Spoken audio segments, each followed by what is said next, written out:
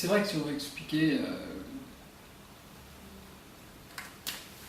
les choses simplement, il faut déjà partir du principe qu'une vertèbre, c'est comme une brouette. Il y a le corps vertébral qui est comme ça. Le corps vertébral est fait pour porter le corps, et ici on a la benne de la brouette qui est faite pour porter les charges. Une brouette est caractérisée par un pneu, plus ou moins gonflé. De même, sous la vertèbre, on a un disque plus ou moins plein d'eau. Ce qui caractérise une brouette ensuite, c'est les deux pieds de la brouette, sinon ça ne tient pas debout. Et c'est vrai que derrière la vertèbre, on a deux pieds comme ça, qu'on appelle, vu que ça s'articule avec la brouette du dessous, on appelle ça les articulaires postérieurs. Cette zone-là, c'est une zone de frottement. Alors, si on simplifie, c'est des frottements obliques. Donc on a des frottements obliques entre chaque vertèbre. Donc on a le disque, le corps de la vertèbre, et on a des articulations postérieures.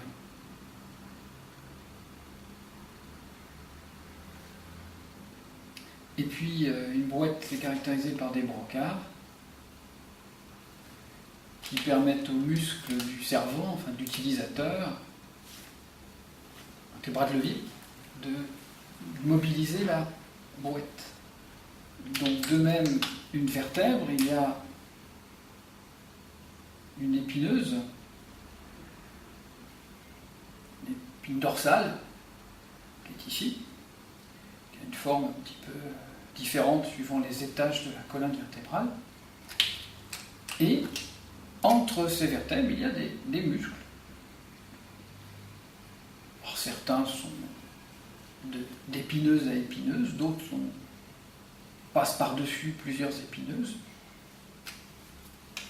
Alors, la vertèbre, il y a aussi deux petits ailerons sur les côtés. Vu de dessus, une vertèbre, c'est comme ça, avec la moelle épinière au centre. Mais au niveau lombaire, il n'y a plus de moelle épinière, il n'y a plus que les nerfs, plein de petits nerfs là, qui descendent. Mais là, il y a, au lieu d'avoir deux brancards comme la brouette, une vertèbre en a trois, qu'on appelle l'apophyse épineuse, l'épine dorsale, et ici, les apophyses transversales.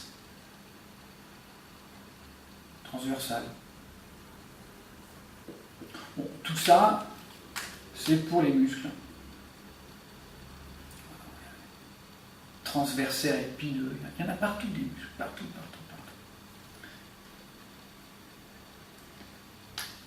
Ces muscles-là servent à relier une vertèbre à une autre vertèbre. Et soit pour éviter qu'elle se déboîte, tout en gardant une souplesse. L'ensemble des vertèbres peuvent pivoter pour décrire une courbe. C'est ces muscles-là qui peuvent tout casser. Enfin, la position. Toutes les vertèbres sont ici, dotées d'épineuses.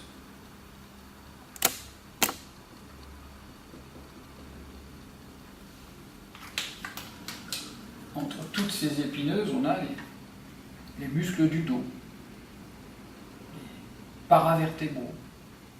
Alors là, c'est là qu'ils sont les plus puissants au niveau lombaire.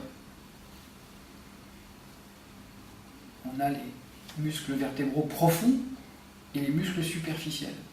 Ces muscles-là sont pour permettre une certaine tenue verticale déjà, mais au moindre effort. Pourquoi ?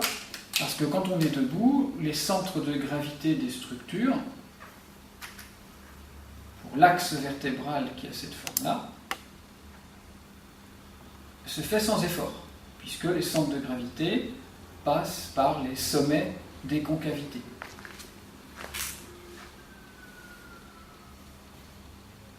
On a peu de contraintes sur cet étage-là, enfin sur chacun des étages, dès lors que la structure est verticale. On parle d'Homo erectus.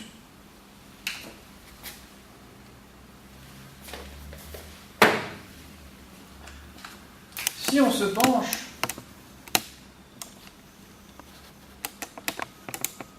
il y a deux façons de se pencher. La première,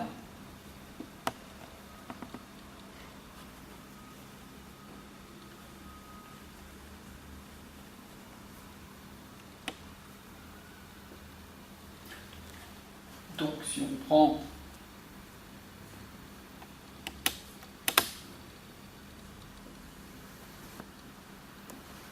cette position-là, consiste à prendre quelque chose qui est par terre, par exemple.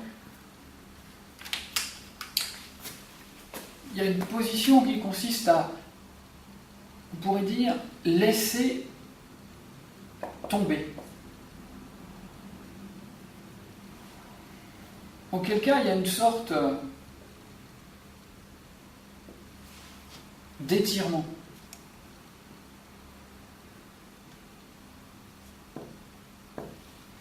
On peut dire qu'il y a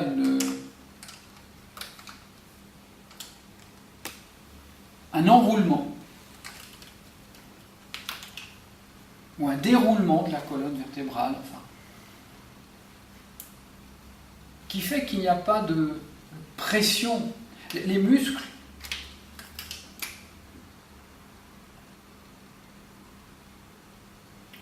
s'étirent, un étirement des muscles.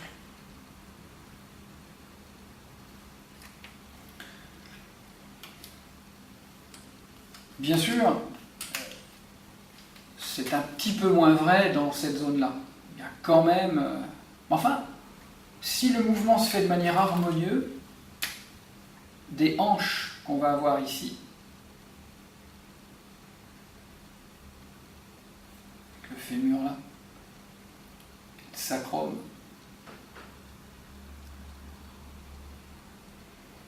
on va avoir une sorte de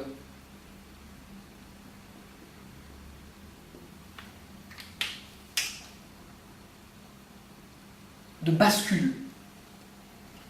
Comme si chaque pivot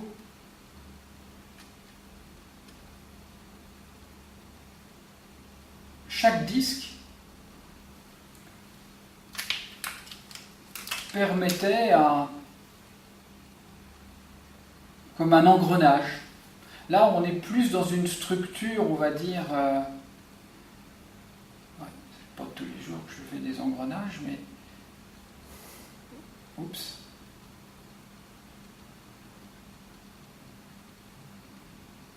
Voilà. Hein, on va avoir des engrenages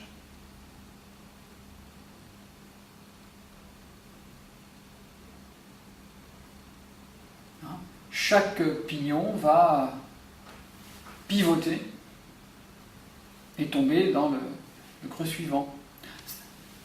Ça pivote. Ça, c'est une attitude, on pourrait dire, laisser tomber, naturellement. C'est quelque chose de naturel.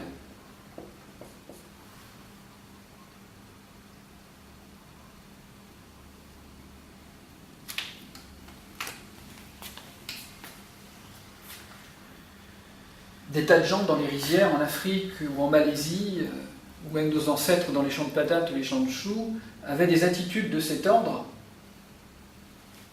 Ils n'étaient pas tous paralysés avec des sciatiques. Par contre, il y a un muscle qui travaille beaucoup là, c'est le fessier. Ici, le quadriceps, et bien sûr le jambier, les jambiers. Et ça va provoquer à terme des soucis au niveau de la hanche. La hanche peut souffrir de manière importante. prothèses de hanche chez les agriculteurs dans le temps. Enfin, maintenant, consécutivement à des fois des efforts très importants. Il y a les ischio-jambiers qui vont tirer d'un côté, mais enfin surtout les fessiers là, qui vont opposer une contrainte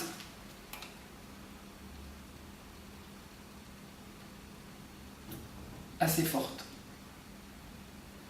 D'un côté les fessiers, de l'autre côté le droit antérieur, les muscles de devant, de derrière. Bon. On peut dire aussi que la bande blanche ici, dans ce départ, là, peut souffrir un peu, mais si c'est un laisser tomber naturel, on a plus un étirement musculaire avec finalement pas une augmentation importante des contraintes. Là où tout se gâte,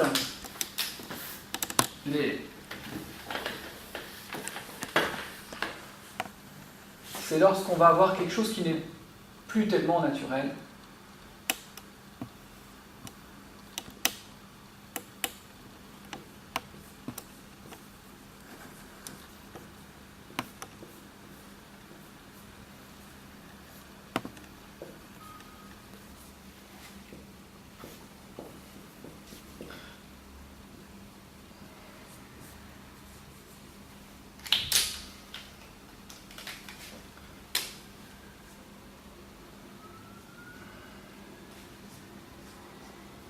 Même, on a dit 90, hein, mais suivant le mouvement,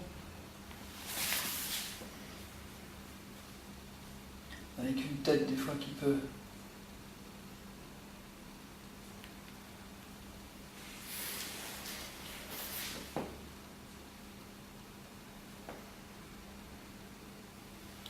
là, il n'y a plus de laisser tomber. Hein. On a redressé le corps d'une attitude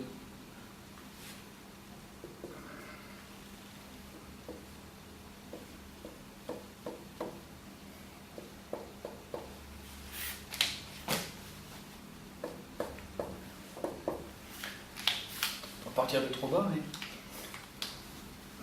là ici, très très fort. La vertèbre qui est ici, par rapport à la vertèbre qui est en dessous. Il n'y a rien d'autre qui retient là, il n'y a rien. C'est le vide ici. Donc là je prends le disque L3, L4, mais en dessous c'est encore pire.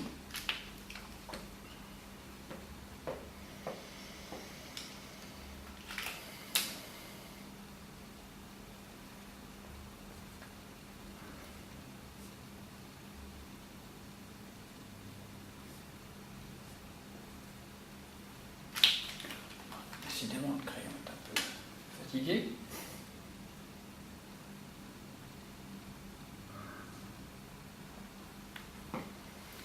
Donc si on a 30 kg ici, là on n'a pas loin de 27, 26 mettons. Et là on arrive à un petit peu moins de la moitié, 14. Donc c'est pas ces 14 kg là ici, admettons, qui vont exercer une pression importante. Je parle de contrainte plutôt que de pression.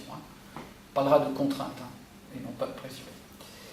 Mais c'est plutôt la répercussion de cette flèche-là qui fait qu'on se retrouve par rapport au pivot ici, puisque le pivot il est là, par exemple. Ça c'est le pivot, le point haut, ici.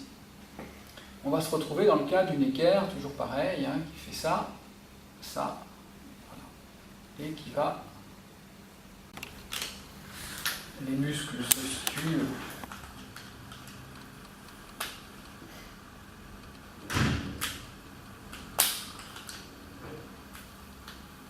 dans toute cette partie-là. Le bras de levier moyen musculaire, on est à peu près là. Donc il va falloir tirer comme ça pour que ça ne parte pas en avant. Donc ici, pour pas que ça tombe en avant, il faut que ces muscles tirent là, ici. D'une force très importante. Là, on a un bras de levier grosso modo moyen de 3 cm. Bras de levier moyen. Sachant qu'on a 18 cm ici, contre 3, ça fait un rapport de 1 à 6. Donc on est pas loin de 180, 170, etc. 170 kg, admettons. Ce qui nous fait 184 kg de contrainte. Je ne parle pas de pression.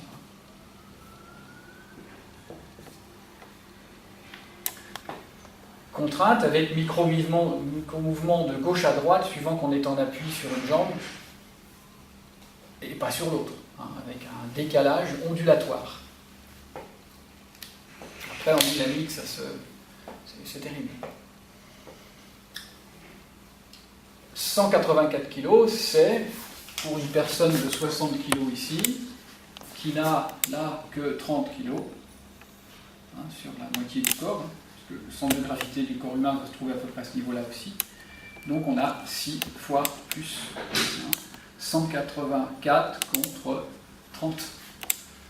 Ça fait une différence importante.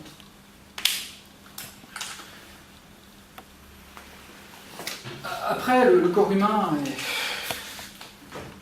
est ainsi fait que pendant un effort qui dure quelques instants, on a vu des gens bloquer le diaphragme ici, bloquer les abdominaux, bloquer le périnée, et donc ça fait une sorte de poutre composite que un grand médecin avait décrit comme étant la poutre composite de Rabichou, le docteur Rabichou, et c'est vrai qu'on enlève un tiers de la charge. Un tiers reste encore 120 kg. Et encore, ça c'est le temps d'un effort. On ne peut pas rester 10 minutes comme ça, c'est pas possible. Donc le reste du temps, il faut bien respirer, donc on ne peut plus bloquer son diaphragme, on ne peut pas bloquer le périnée tout le temps, et les abdominaux, ça ne sert à rien. Dans ce cas-là, ça ne change rien. Cette position qui est la planche, en gymnastique dans le temps, est assez dangereuse. Alors il y a une autre question qui me pose, c'est que quand je regardais la vidéo, si la personne regarde en bas, c'est une chose, mais elle va se redresser un peu au niveau du cou pour regarder à l'horizontale. Et j'ai peur que ça provoque une tension qui part des cervicales pour aller jusqu'ici, et du coup qu'on ait des problèmes cervicaux. On pourrait même avoir, dans cette attitude penchée en avant, redressée, à mon avis, des pressions énormes ici, la même chose qu'en bas, enfin des pressions moindres, puisque proportionnées, mais tout aussi perverses et aussi dangereuses que là. Hyperextension ici, qui pourrait provoquer même en hyperextension, à terme, de l'arthrose au niveau des articulations postérieures. Cette position-là maintenue pourrait provoquer ce que j'appellerais une dégénérescence discale par écrasement, par fuite de l'eau, qu'elle soit donc lombaire ou cervicale, et après la dégénérescence discale, un frottement extrême des articulations postérieures, donc un risque d'arthrose lombaire, voire cervicale.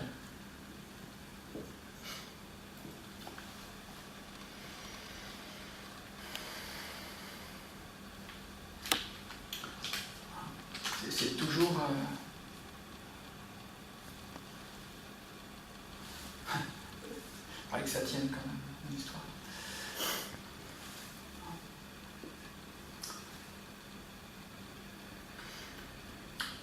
On a cru à l'époque que le dos droit était bon, en fait. Non, un dos qui est bien, même si on doit se baisser pour prendre un objet, doit se faire, si on prend le même dessin, mais là on sort un peu du cadre, pour descendre un peu, on va le faire cette fois, on va dire, avec une colonne vertébrale verticale. Là, on a un corps qui est vertical, on peut effectivement Là, il n'y a pas de danger. Plus on va vers la verticalité, avec ou sans contraction des cuisses, si on veut descendre le centre de gravité, là, il n'y a pas de danger. Mais plus, alors, on s'était dit à l'époque, quitte à se pencher, restons droits. Non, non, non. Si on se penche, on est dans une attitude de laisser tomber naturelle. Se pencher comme ça, c'est hâter la dégénérescence de tout l'appareil amortisseur. La colonne vertébrale est un amortisseur, lié à sa forme de S, comme à la forme du disque. Alors, pour petit renseignement, un disque intervertébral, c'est fait comme ça. C'est une rondelle de chambre à air, une rondelle de chambre à air, une rondelle de chambre à air et une autre rondelle de chambre à air. Dans sa structure, on va dire, élastique.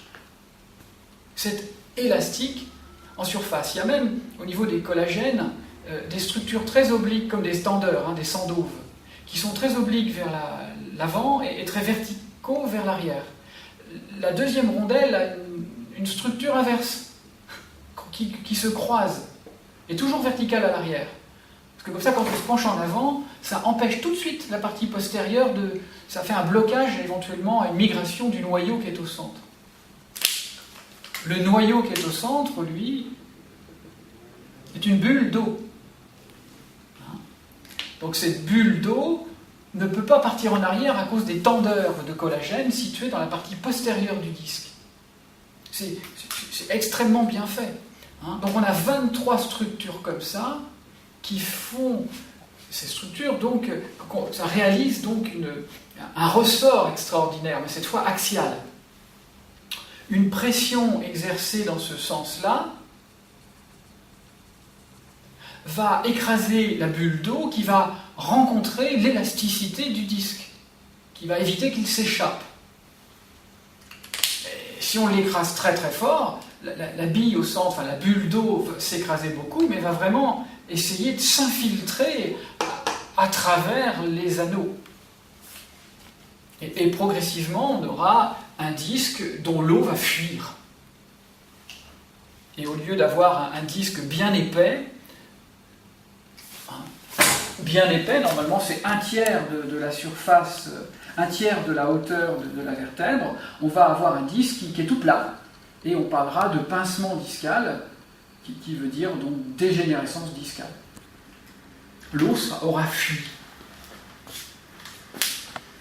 La hernie discale étant, chez des disques jeunes, la plupart du temps, la matière annulaire qui dépasse le plan postérieur de la vertèbre et qui dépasse ici, là par exemple.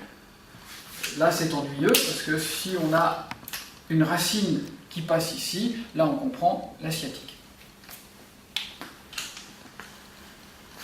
Donc chez la personne jeune, on va aller très rapidement vers un processus comme ça d'hernie, alors que chez une personne plus âgée, on n'a pas d'hernie, mais on a un disque un peu plus aplati, un peu plus baveux, un peu plus écrasé, sans hernie.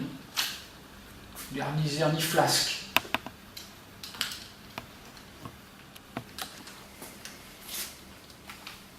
Voilà pour ce qu'on pourrait évoquer.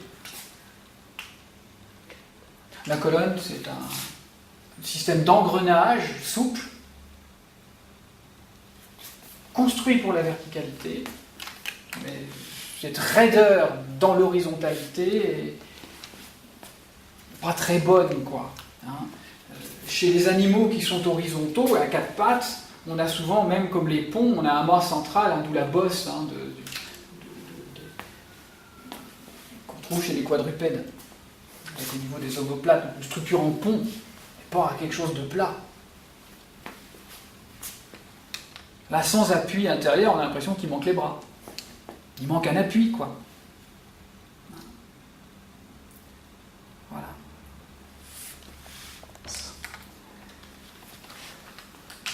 Donc là, on est dans l'hypothèse de quelqu'un qui bouge pas trop, là. On a dit qu'il y a, en dynamique, donc dans le mouvement, on va avoir un appui unipodal. Donc, vu du dessus, on va avoir le dos qui va faire ça.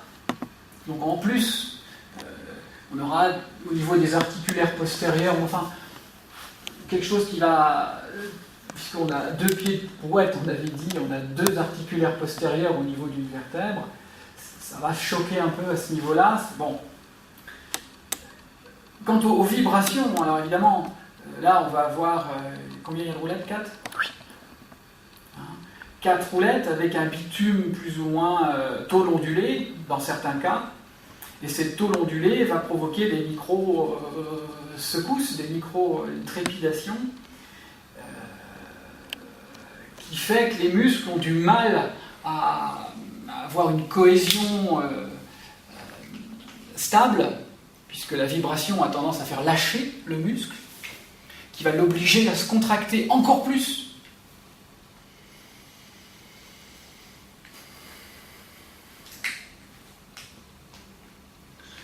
Et cet aspect vibration-là est un facteur aggravant. L'effet marteau-piqueur.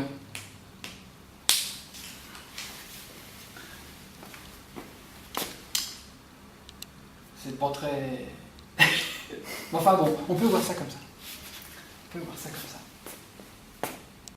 Le dos droit, et je vois bien ce qu'il y a derrière tout ça, c'est que pour beaucoup de personnes, le dos droit est bon. Eh ben non. Le dos droit penché n'est pas bon. Ce qui est bon, c'est le dos vertical ou rond. Et là, on retrouve le mode d'emploi qu'on avait vu. Alors là,